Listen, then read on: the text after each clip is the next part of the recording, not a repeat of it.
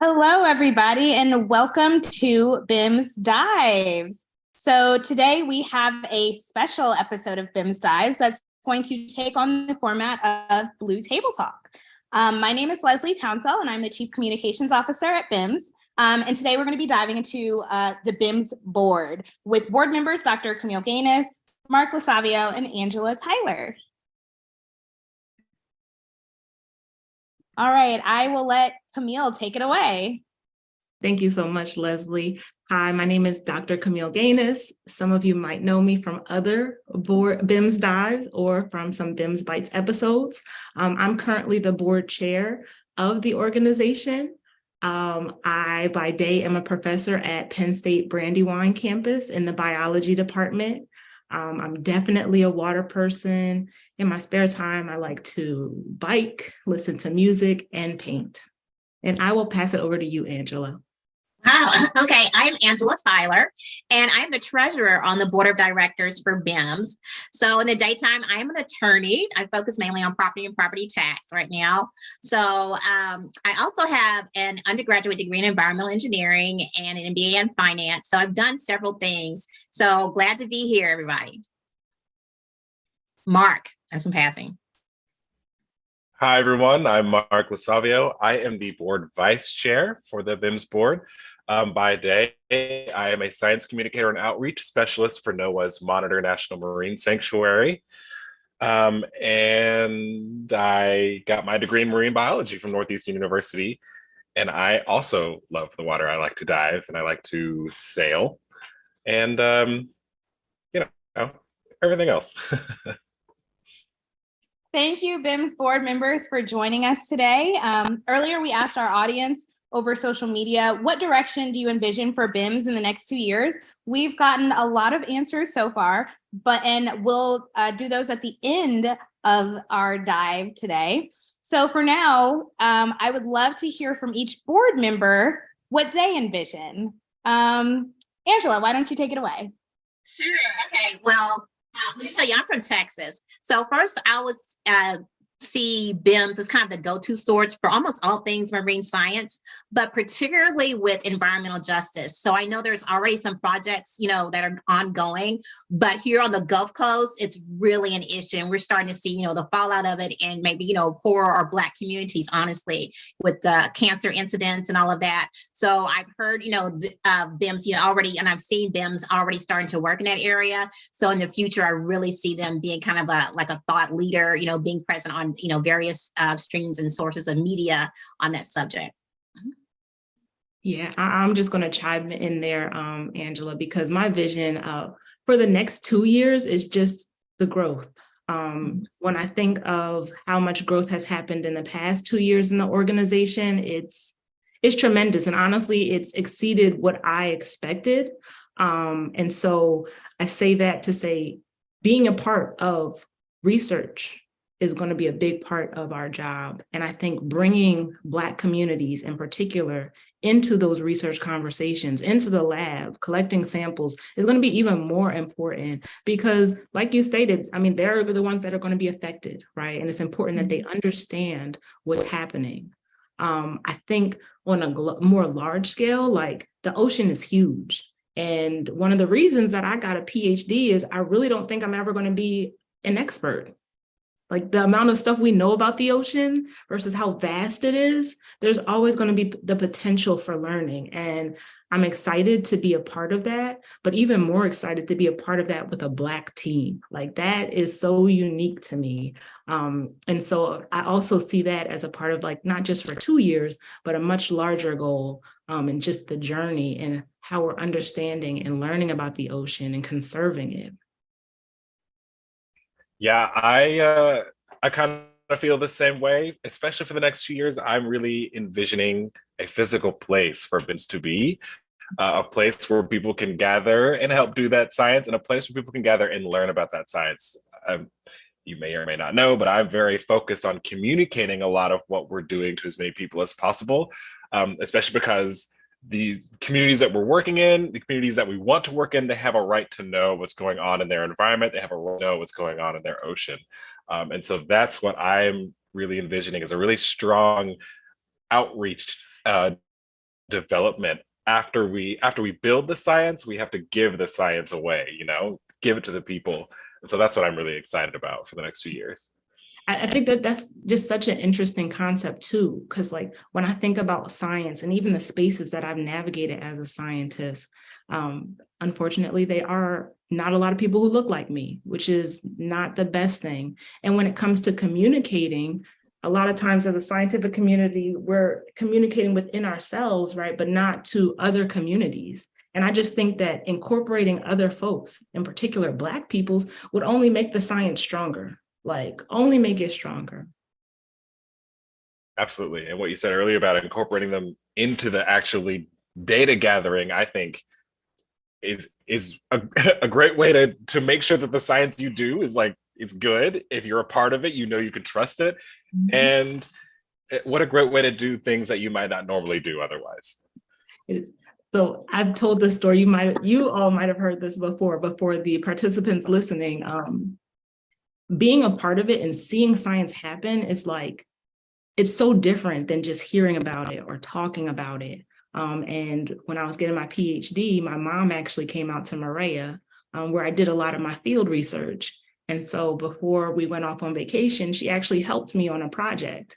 And it was so interesting because I had been a grad student now for a couple of years. I moved across country from Philadelphia to California, and we're riding back in the station vehicle back to the station, and she had helped me to deploy some stuff snorkeling. And we had a conversation, and there were other folks, other of my colleagues there, and she was like, man, like, I didn't realize this is like what you're doing. Like, and it's so interesting to me because it's like I've told her about it. She might have thought I was just, here in these tropical places, sunbathing or, just snorkeling around. But her actually seeing it and being involved, you could tell it was a completely different experience. And I'll say this other story as well. I hope my mom, she's a good spirit. But before she came out, I told her I wanted her to be involved. And she was like, oh, Camille, like, I don't want to see any sharks or rays or anything. And I was like, Mom, I don't know them. Like, I can't call them and say, hey, Leslie's coming through, y'all. Like, you got to be scarce. But we actually did see some rays, and she was actually excited. Now, I was all like, very close, and she's from a distance, she was reveling, but you could even see in that experience, right? Just she had an understanding of, oh, wow, this is different than what I expected. And I think that when we're talking about BIMS, when we're talking about the vision, for me, that also is so much a part of what we are doing, what we will be doing. So we can move on to our next question.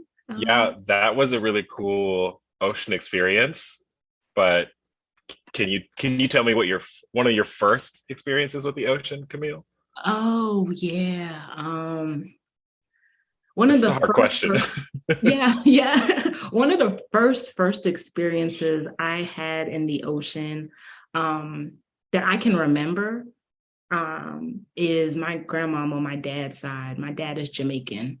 And my grandmom lives in Florida. And from an early age, my parents would send me down there with her to just hang out during the summer. And she lived very close to the ocean. And so I can remember being a little kid and me, my grandma, I had cousins that lived down there, it was a family occasion. And we would go down there and we would go to the beach. And I would be frolicking heavy. I also was a competitive swimmer, so I've never had like a fear of water. There's times that I respected it. I'm like, oh, I'm not getting in because it's a little crazy right now. But I can remember like frolicking heavy and just enjoying myself, like the sun, the salt water. I realized at an early age that like the ocean, I'm a water person, and like the ocean just brings me joy. It brings me peace.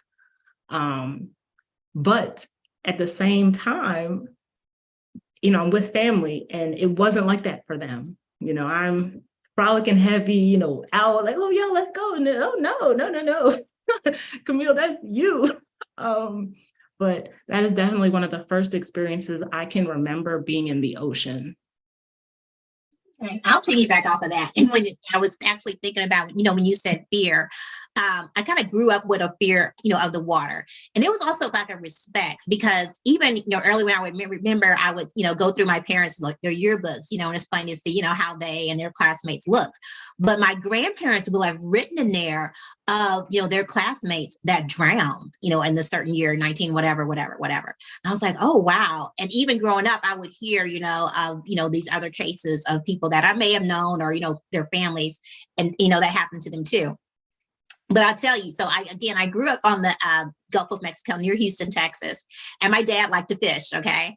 And so one time he took a group of kids from the church and I got to go and we were fishing on what they call the jetties. And so there's this big rock, out there, on the ocean, on the Gulf, whatever, on the shore. And so, you kind of pick your spot and your fish.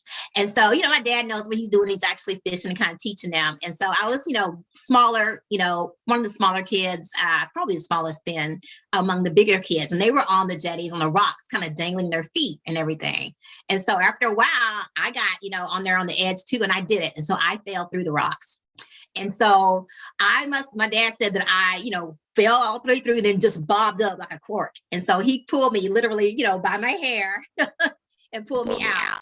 And I was just like, stunned, coughing up stuff and everything. And so for the rest of the day, I just, sat there looking silly, and wanted to go home, and spitting this stuff up and all that good stuff. But honestly, that's kind of my first, experience with the ocean. And, it was, to me, it was like nasty and salty and everything. But, as I, kind of stayed away, and as I got older, my dad, he got a boat and everything. And sometimes I would go out. I wouldn't want to stay out all day. But the uneasiness, started to, go away. I was like, okay, it's not so bad. Still don't want to stay out here all day. But just kind of understanding and having, again, that healthy respect and seeing, what's all in the ocean. The fish are kind of gathered by the old trees and whatever else, I kind of know those things now, kind of the fishing spots and where the different species are. But yeah, so that was interesting to me. Again, I still have today this healthy respect, of the ocean and the water. I think that is so interesting. I'm sorry, Mark. Please. This idea that we're talking about fear of water, in particular in our communities. Like I stated, my dad is Jamaican, and I have uncles and aunt, and they do not get in the water like that. Even if they grew up very close to it, some of them even have pools at their homes, and that fear is real. And like overcoming that fear is a very different question. And I think that BIMS has a role in assisting folks in that as well. But I commend you, Angela, for coming over. Brian, I'm gonna go snort. I'm gonna make y'all take me. Okay. We're gonna have you scuba diving one day. We will have you. We'll be with you every step of the way. Yes. Mark, so but I'm gonna kind of cheat here because I'm indecisive. Okay, so I'm gonna give two examples, two experiences. Okay, and because I work for the Office of National Marine Sanctuaries, we sometimes kind of like to loop the Great Lakes into the ocean because they're such a unique ecosystem all on their own. They kind of are like inland seas, and so I grew up in Louisville, Kentucky. And one year, my mom decided to make it like a mission to take us to the Great Indiana Dunes, which are these like huge sand dunes on the coast of one of the Great Lakes. I can't remember which one, honestly. And we would try and go, we'd have to drive through Indiana. It's a long state, it's tall. And we tried this for 4 weekends. Something would go wrong. I would get sick, my brother would get sick, the car would break down, we would get lost, and we tried again and again and again to go up to the Great Indiana Dunes. I don't know why we had so much trouble. It wasn't really that long of a drive to make it, and we finally did pull up, and it was like this parking lot, huge, humongous sand dunes, and then like the Great Lake, this expanse of water. And that was the first time that I had ever seen a body of water without trees on the other side, without mountains on the other side. And I was like, what in here? There's so much out here that I know absolutely nothing about. And back then, tiny little Mark was like, I've got to learn every single thing there is to learn ocean, not understanding exactly where I was. And the other experience I'm going to share with you guys is my grandma used to live in Baton Rouge, Louisiana. And I guess she rented a house on Grand Isle, which is this island away out on the coast. So we would go down there every once in a while and play in the ocean. Those are the first time I ever got to actually see the ocean, was when we went to Grand Isle. And it was the first time I had ever gotten pinched by a crab. And that experience will be forever burned in my mind, because you're just walking through the water, suddenly you have a sharp pain, suddenly you have a little mark on your toe, and you don't know what caused it. It's gone, and your mind is suddenly like, there is so much more, there's life in this body of water. Well, I have to learn. And now the crab is my favorite animal. Turn of fate, but there it is. It's so interesting too. Just another side note. I know people, not going to put them on blast, who are like, oh, I'll swim in the pool, but I won't swim in the ocean for that exact reason. Because they're like, I don't know what's in there. If I can't see the bottom, like that's like the line for them, which is interesting, because I don't know everything in the ocean, but I still am okay swimming in it. So it is an interesting concept, like of knowing your space, like where you are and the inhabitants as well, even in the ocean, because unlike land, we think of the ocean as like more contained, you know what I mean? Mm-hmm, mm-hmm.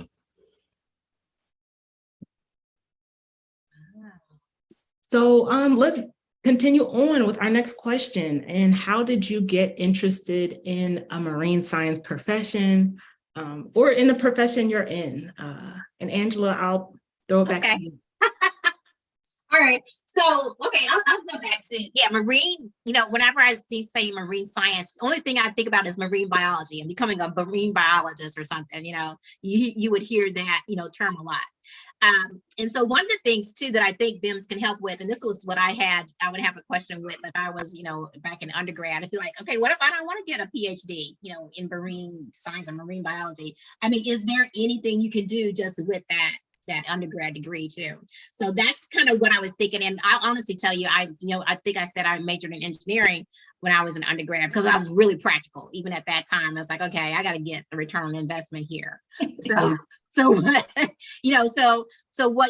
options, are there too. But like I said, it was in environmental engineering. So I was, kind of interested in that environmental piece, that environmental science piece. Maybe didn't know like the terminology around environmental justice, yet at the time, because I'm, a little older than y'all, but it wasn't in vogue at the time. But yeah, so even just that knowledge, just being exposed to that around, people that are doing that, again, just expands your horizons. And so, I mean, if you don't know, if you know better, you do better. If you know your options, maybe, you go and you explore, other things that you may be interested in. And even there too, everything, there's like, even if you're in business, there's finance, marketing, IT, there's all this data, Camille talks about, putting whatever she's putting out there at the station, and that's sure she has to go back and visit it and collect, that data and everything. So that has to be collected and synthesized, and somehow you need to analyze that. So all of that analysis, that has a technology piece too. So, but yes, as I've gathered and kind of gathered degrees and gathered experiences, the environment, I can literally have seen it just over my years just deteriorate. And again, I'm down here on the Gulf Coast, and we just kind of have always understood like there's a trade-off. The oil companies and the chemical plants, the refineries here, they provide really good jobs, and pensions for everybody, and we're able to earn a good living and livelihood. But yeah, it stinks, it smells, and we don't have clean water. We don't have, we have Galveston. It's not the cleanest beach, but that's kind of the trade-off. People, that's okay, tit for tat. That's what it is. It is what it is. But yeah, so even just for me, it's in my face. So that's kind of where my interest, is drawn. And then again, it can be difficult to be like, okay, where can I lend a hand? Where can I get involved? And maybe it is like Mark, you were saying, you getting out there touching, you taking the samples, you can see, oh, okay, I'm contributing. This is really, okay, going to help. This is kind of the foundational data. And I can see, okay, this runoff, yeah, this came from where I work or where my uncle works. So you can see, yeah, the detriment of that, because, immediately, you're not thinking about it, but it's like, okay, wow. And you see maybe the more incidences, of disease and that coming up, among the population, and, other ways that it kind of manifests and, materializes within the population. You kind of touched upon the kind of like trade-offs of these kinds of things, and so to answer the question, I kind of have like always been obsessed with the ocean. I'm assuming it's probably my parents' fault for taking me to the ocean and all that stuff. But when I was in high school, trying to make a decision on like what to major in college, I was stuck between two choices. One of them was like marine science, and the other one was athletic training, because that's something that I was doing, something I was interested in, something that made money, something you could do to make a lot of money. And, many reasons why I would choose one or the other, but one of the big factors was that the school I was looking at to do marine science was in South Carolina. And there's this program called the Academic Common Market, where if your state didn't have a school that offered the major you were interested in, like Kentucky obviously didn't have any marine biology or marine science majors, you could take your in-state tuition and in-state government like scholarships to another school in this program. So I was able to go to the University of South Carolina for and obviously it was like the best thing ever, because I got to major in marine science, I got to do really cool things, and here I am. But that small thing, like not everybody knows about the Academic Common Market. I think I found it from Googling it, and that allowed me to do something that I would normally not be able to afford to do. And so that's kind of why I'm here today. Yeah, I can resonate with a couple of things you all said, but I'm going to start off just with my journey. Like I stated, I've always been a water person. I was fortunate the daycare that I went to provided swim lessons. And I mean, it was purely, especially my mom, she didn't want me to be a statistic. And as an adult, we're probably going to come across a large body of water at some point in our life. And, she wanted me to be comfortable navigating that space. And of course, me and daycare, I didn't know that was going to be a career, I just liked it. But when I was in high school, I had the opportunity to work at a lab at the University of Pennsylvania here in Philadelphia, which is slightly ironic because I used to work there a couple of years back, kind of coming full circle. But that was the first time that I realized, like, you could do stuff with science and not be a medical doctor. I mean, my mom, she was an attorney. My dad, he doesn't have a college education. He's a mechanic.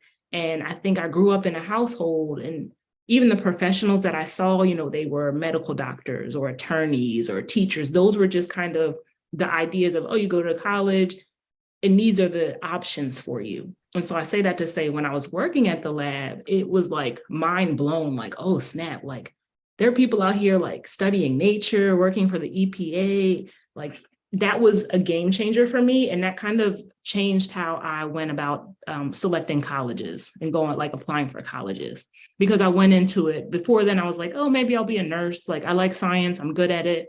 I just assumed nurse or a medical doctor, those were my only options.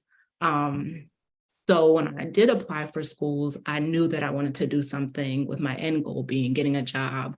I thought I was going to be working more on the environmental side.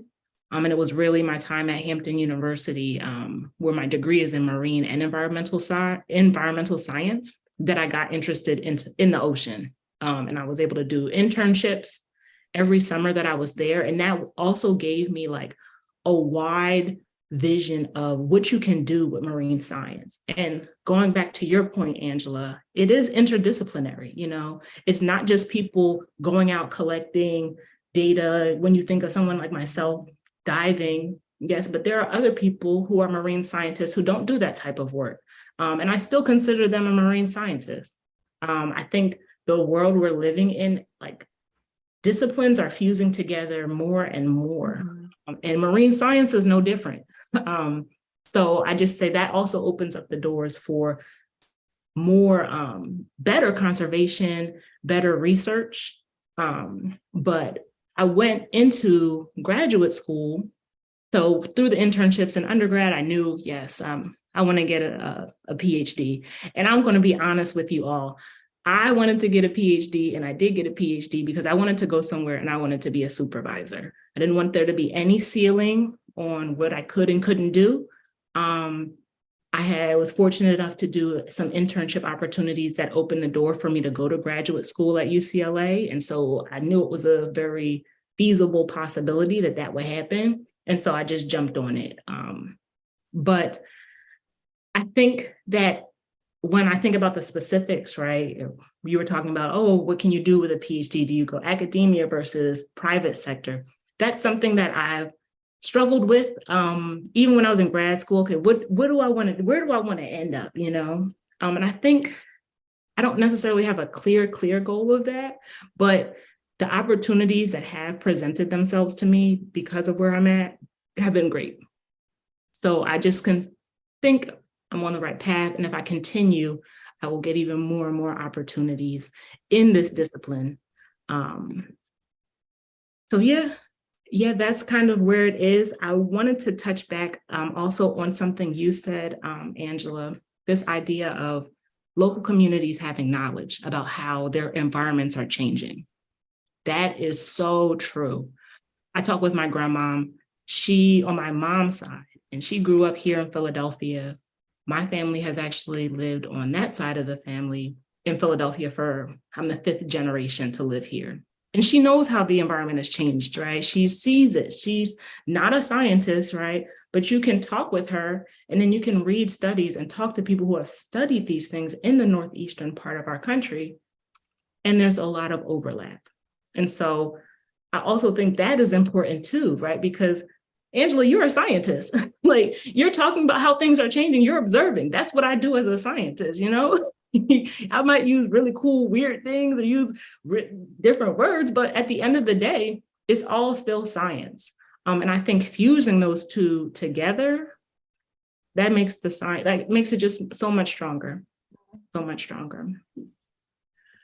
So just collaborate to the collaboration, and I know we have different platforms, with BIMS, and just sharing that idea, because I know when I was like an undergrad, if it wasn't in a newsletter, or you didn't like directly know somebody, you just missed out. I'm trying to think, how would I, have known even back then? But just the avenues and being able to make the most, use of those. I think BIMS is doing a good job, and there's still always more opportunity because something else pops up like all the time. It's like, okay, oh no, it's not the Snapchat anymore. Or, okay, it's the TikTok, and okay, all right. But yeah.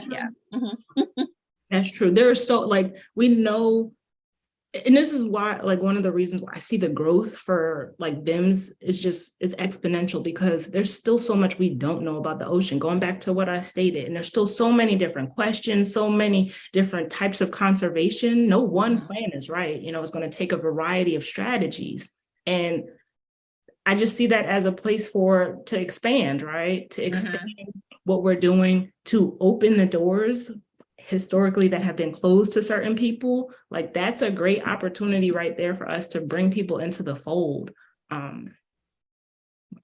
Yeah. Yes. And, speaking of the amazing things that BIMS can do, Camille, can you kind of speak a little bit about the difference between the BIMS leadership team, us on the BIMS board, and even some of the committees?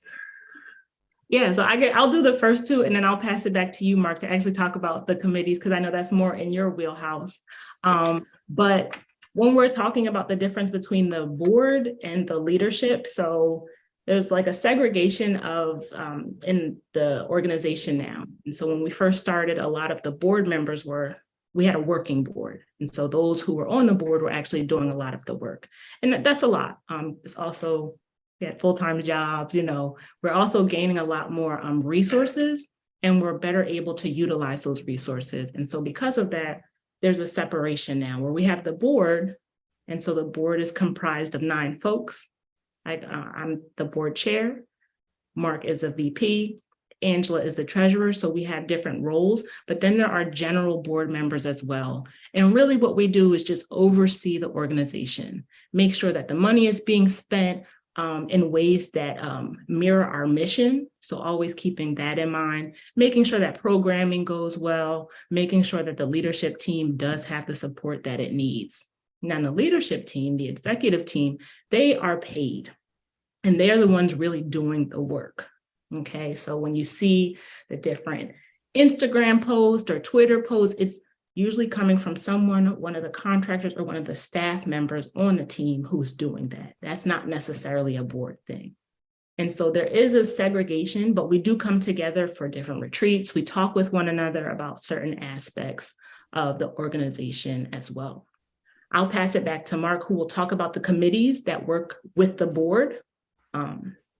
Right. So the committees are kind of, you can think of like small teams within the board that work together to accomplish a specific goal, that are made up primarily of board members and then like one member of the leadership team. And there are, I think, like 6 committees that each do different things, like the executive board, the governance committee, which is the committee that like I'm the head of, where we try to find members of the board, which is kind of what we're doing today, people who are interested in joining the board and the committees. And then we have like the finance committee that are tackling issues that are about money that I might not understand, which is why I'm not on that committee, thankfully. We get the development committee that are in charge of things like trying to add more resources, add more fundraising opportunities, programming committee, which is in charge of the programs of BIMS, things like the BIP program or the educational outreach programs that we have. And they're all attended. They're all also staffed with a staff leadership. So if you know, Simone Barkley is in charge of a lot of the programs we do. She is the executive team leadership on the program committee. And then we have like other committees that we're working to build, like a facilities committees that will be focused on finding and organizing a physical space for BIMS to exist in, and maybe even a dive committee, something that will help us make sure we do all of our research in a safe and accessible way when it involves scuba diving.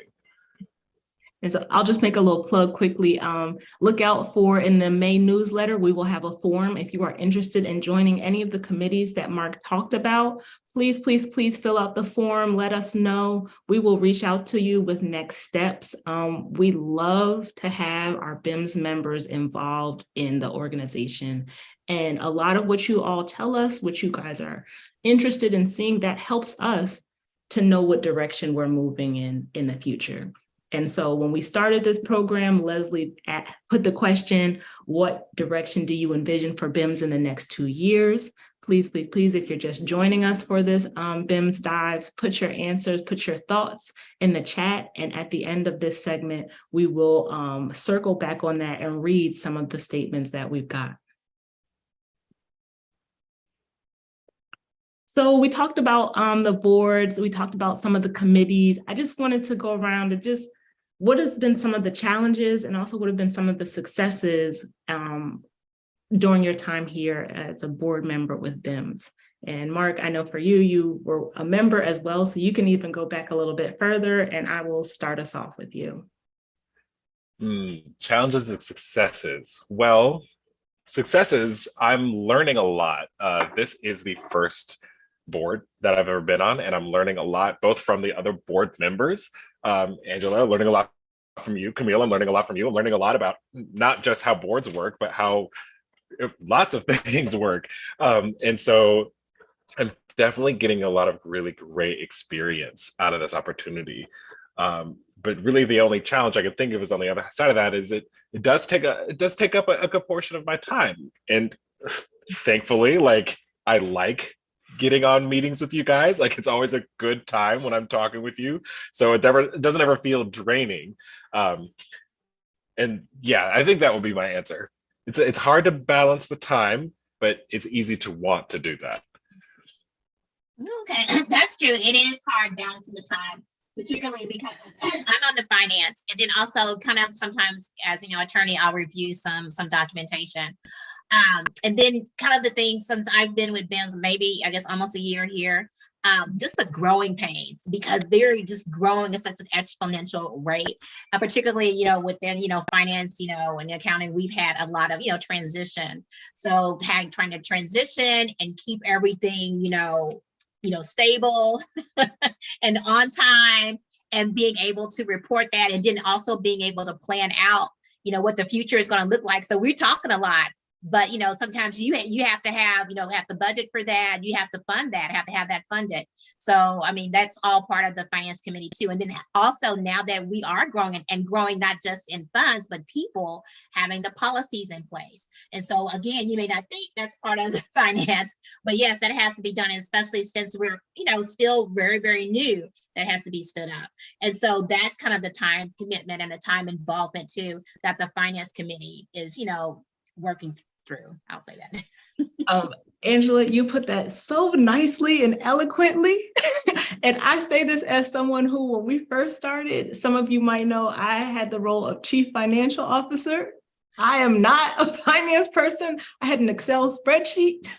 And quickly, like Angela was talking about with the growth, like that, it became very apparent, y'all, I can't be the one doing this. We need professionals. And it goes back to the point again, when we're talking about, marine science, conservation, as a business, as a nonprofit, we still need to employ, even though our questions, our missions are centered around the environment, around Black peoples, we still need to have folks of specific expertise on the team, right? And having someone like Angela is invaluable. Our bookkeeping staff, like they help a lot with this. And it goes back to what Mark and you, Angela, were saying. This has been, even for myself, such a professional growth experience.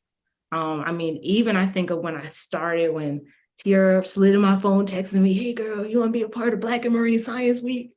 Easy yes for me, right? I had no idea what would happen to 1, 2 years later, 3 years later. And the growth has just been, it's been exciting, it's been invigorating, but anytime you have growth, especially this fast, there are some challenges, there are some growing pains. And I am fortunate though, that we are able to bring folks like you on. We put out the call, you answer. And I think that also shows the resilience in particular of our community, and the passion, the excitement that folks have. You didn't have to reach out, you could have just gone about your day. I don't want to do this, but you showed up, and you continually show up, and you bring your best self. And I think seeing that, not just in the finances, but in other aspects of the organization, that's what fuels me. That's what motivates me as well. So when Mark is, finding the time to do things, that helps me to continue to go on. I love what you said about trying to keep up with the growth, because it's like this organization is running so fast, and I'm not a fast runner, but I'm keeping up as best as I can. But at the same time, like, it's kind of inspiring. Like, I see, like, we've been doing Black and Marine Science Week we just completed our second year, or our second week, right? Or third. And that's it, just 3 virtual. And now next year we're in person. We're already on the ground. We're already bringing people together in person. Like, that's insane for any organization to be moving that fast. And that's how amazing our team is. And it makes me want to be around and see how much more we can do. How much exponential growth can we get? It's so amazing. And I think it's just, there's this like misconception, I think, that certain groups of people are not interested in certain aspects of our society, and Black people in the ocean is one of them. And I don't think that that's the case at all. When I talk with people and I say what I do, like, they instantly get excited. I remember I did this, or they ask me a question about something that they heard about or they saw in the ocean. Like, the ocean naturally brings up folks' curiosity, and tapping into that, that's all it takes. I see here in the chat, we have a question from the audience. I'm going to read it, and then I'll pass it over to one of you all if you want to take a stab at answering it, and then we can continue with the questions we have. So, do you have any ideas of how we, society, can get a handle on the issue of plastic and plastics polluting the ocean? Ooh, that is a tough question. Man. So from my point of view, what I'm going to say is, and this is probably my answer for a lot of things, is outreach, trying to make sure that as many people know as possible about what the issues are, what the products are, what the materials are that lead to this problem. Because the more people that know, the more, say, a company will look at something and be like, okay, more people are becoming concerned about this, and they'll buy our product less. So if I change this ingredient, maybe they'll buy it more. That's, unfortunately, it may not be my favorite way of driving change, but that's the only way that I feel like I am armed to make such a change. Is just try and give people as much knowledge as they can about the issue. And yeah, that's my best answer. Yeah, education is key. But then when you're talking, and I'm reading the question, I'm thinking about plastics, petroleum, and saying that's okay, again, there's that trade-off again. So yeah, it's just, other than reduced use. And I feel like there's been, I've seen, the ads and the campaigns, and you see the little ducklings with the six pack, around their, neck. And I've seen all of that.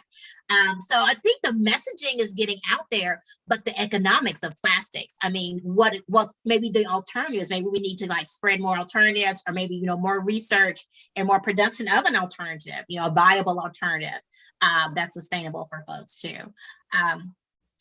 Yeah. And those sometimes they're having, I was at Walmart before, and they had sustainability, as one of the metrics, that they use as far as in vendor selection and who, gets that shelf space and who's on the shelf. But, not that it was determining a factor, but that's a start too. So, yeah. That's interesting. I did not know that. But I think when we have questions like this, there's never one right solution. There's a multitude of solutions that need to be employed. And education is always key in that, making sure that people understand that. But I think a lot of the onus when we're talking about plastics, when we're talking about some of these large scale issues, it really has to come down to large corporations and our government to assist people and assist corporations to become green, to prevent the plastics that they are producing. When we're thinking about microplastics, and plastics as well, once they're in the ocean, it's very hard to take them out, especially the microplastics. You're talking about things that are super, super small.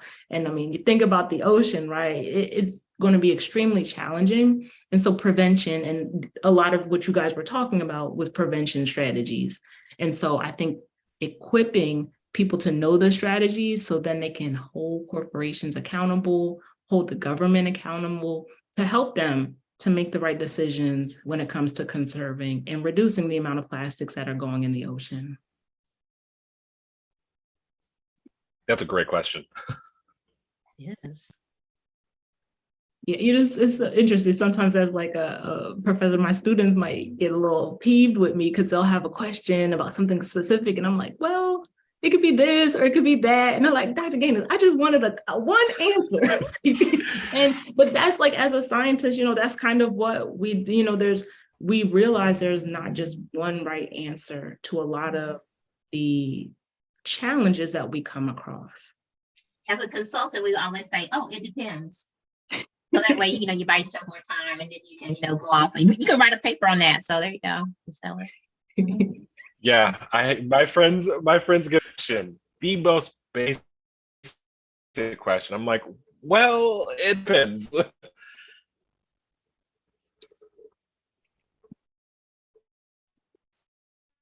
So if you are just joining us, we are here sitting with some of our board members, Mark Lasavio, who is our vice chair, Angela Tyler, who is our treasurer. We are just talking about how we got interested in being on the board, some of the challenges, our vision for the organization in the next 2 years. We would love to hear what you all have to say about what you would like to see in the next 2 years for the organization. So please, if you have a second, put your thoughts in the YouTube chat.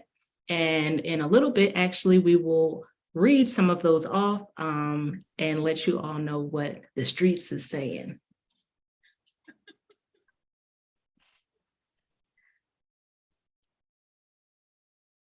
So maybe we can do one more question before we kind of go and read some of the thoughts folks had on the vision for the organization in the next 2 years. I just wanted to put this, actually, I'll let one of you all select the final question, because I know there's a couple we haven't done. Well, I don't have it up, so I know. Oh, okay, love it.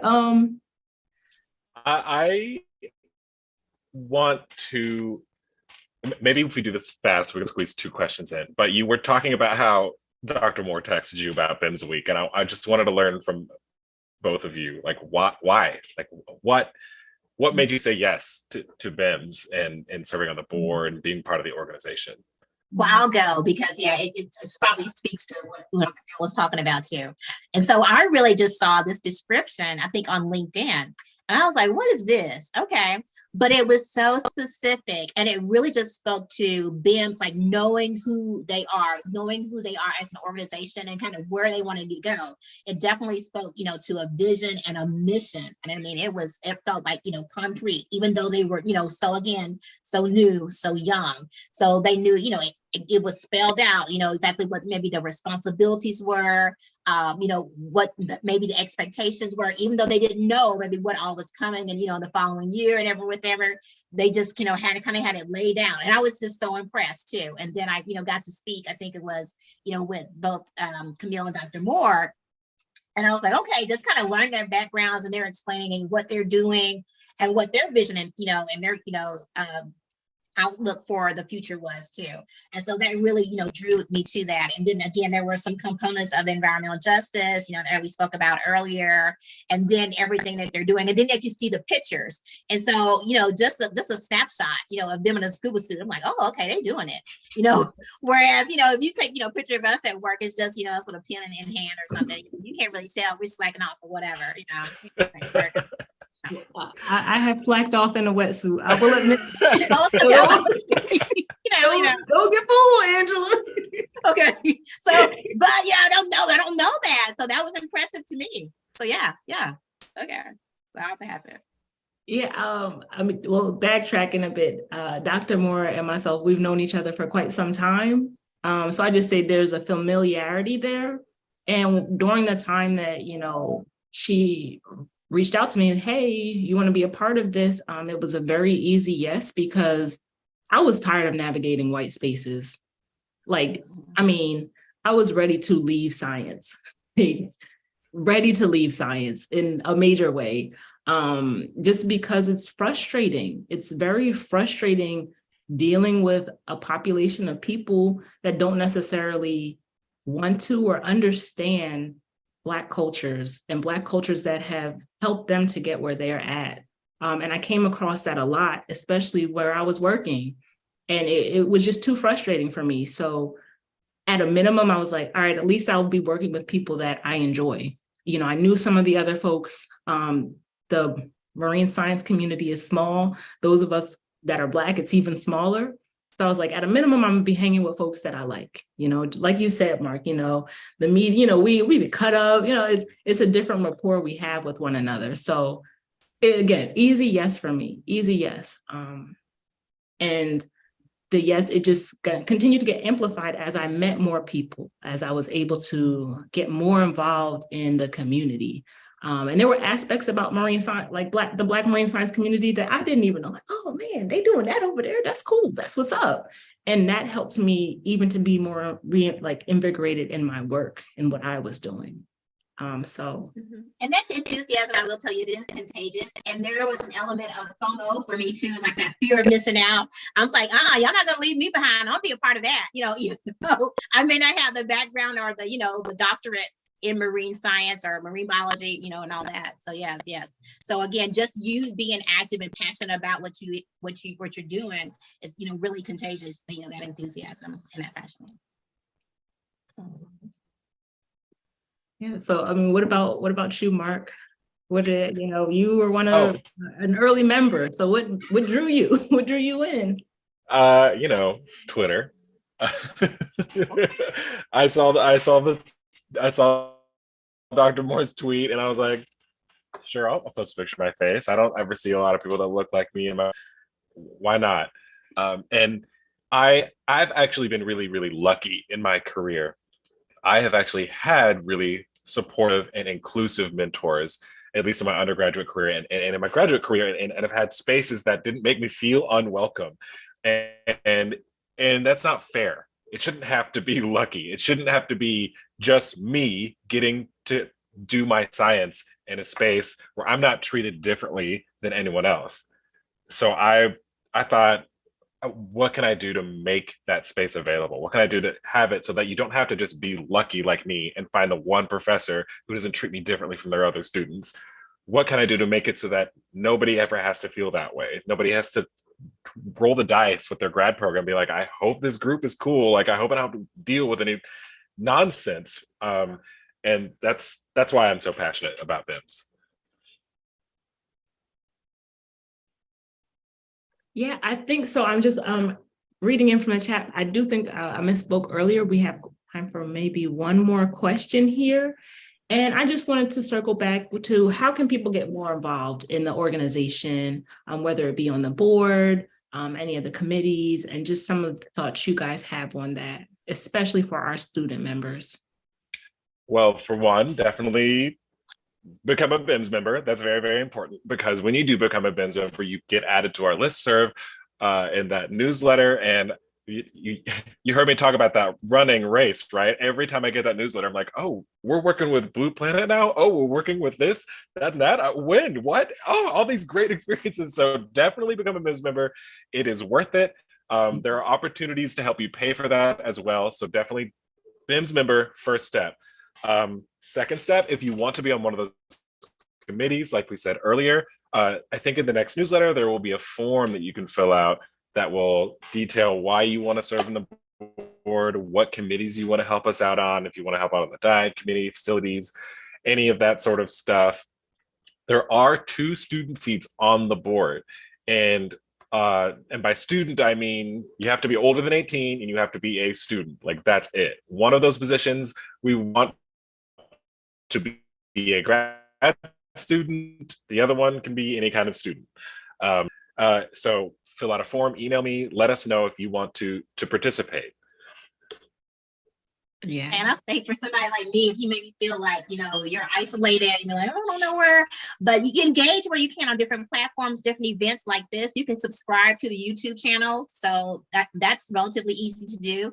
If you don't have, necessarily like Mark was saying, a program at your university or something, there's, different ways and different outreach avenues that BIMS have that you can still kind of, be connected. Yeah, and becoming a member, you'll have access to other members. We have almost 400 members. And so that's a whole community that you could tap into as well.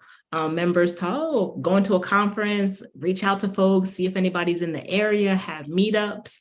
There are many ways that folks can get involved in the organization, and Mark and Angela just talked about some great ways that you can do that. I think, Angela, just going back to your part, we're really especially reaching out to the folks, that isolation aspect, because I think that when we're even outside of marine science, just as a Black professional, that isolation aspect can affect you in negative ways. And having a community is very important, extremely. And so I think that is one of the invaluable aspects of Black and marine science, from our meetings quarterly, for the general body meetings, the BIMS, our BIMS weeks, right, which is going to be in person this year. We're going to be having some Little Mermaid premieres happening. So even these in-person events as well, these are ways that you can get involved, and just even learn more about the organization, meet some other folks who are part of the team. And don't feel like you have to be, or even like, science to be a part of BIMS. Like, that's one of the things that I learned, that is the value that I bring to a lot of the organizations I've worked for, is my outside and different perspective. If you are a reporter, we want you. If you're a librarian, we want you. If you're really good at basketball, or I don't care, anything, any reason, we want you. You just have to care about the ocean. That's it. That's all you need to be a part of BIMS. Well, thank you all so much. I think that was a great BIMS Dives. Like Camille said, we do have a Little Mermaid premiere happening in Norfolk, Virginia at Evo Entertainment on May 26th from 6 to 8 p.m. BIMS Week will be in person this year from November 26th through December 2nd. We will do a hybrid format for those of y'all who cannot join us in person, but that will also be in the Virginia area, in the Hampton Roads area. And we're really looking forward to BIMS Week. We are doing a professional development retreat. So, masseuses, relaxation, workshops, we're bringing it all. Additionally, again, thank you, board members, for taking time out of your evening to sit and chat with us. We really appreciate all that you do. And as we wrap up, I do want to share a few answers that we received regarding the BIMS vision from our audience. So again, we asked the audience, what direction do you envision for BIMS in the next 2 years? And we received the following answers. So Janelle said in-person regional meetups. So Janelle, we are working on that. Our first big one is going to be BIMS Week and the Little Mermaid premiere, but I understand you want regional meetups. So we will definitely get on that. Sierra says for BIMS to expand within the US and take over the West Coast.